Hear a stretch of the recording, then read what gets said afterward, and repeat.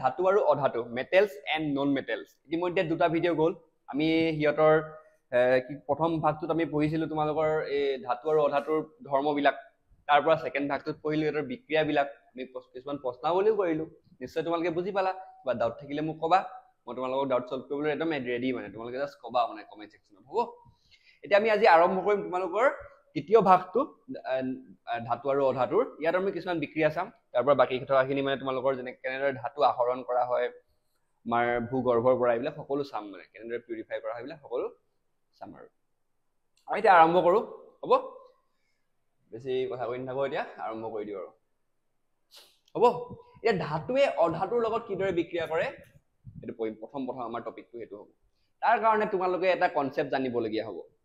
জানিব লাগিব মানে সেই কনচেপ্টটো হৈছে এইটো কি হয়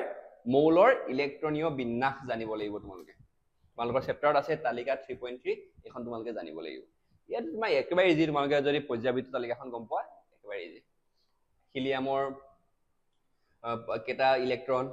নিয়নৰ কেটা ইলেক্ট্ৰন এইবিলাক কথা তোমালোকে জানিব লাগিব হ'ব কিয় জানিব লাগিব কনচেপ্টটো বুজি পাবলৈ কেনেদৰে কিয়নো বুজি পাব লাগিব এতিয়া তোমালোকে গম পাই যাবা সেইটো কাৰণে এখন তোমালোকে খুলি ল'বা হা কিতাপখন খুলি লোৱা আৰু এইটো বস্তু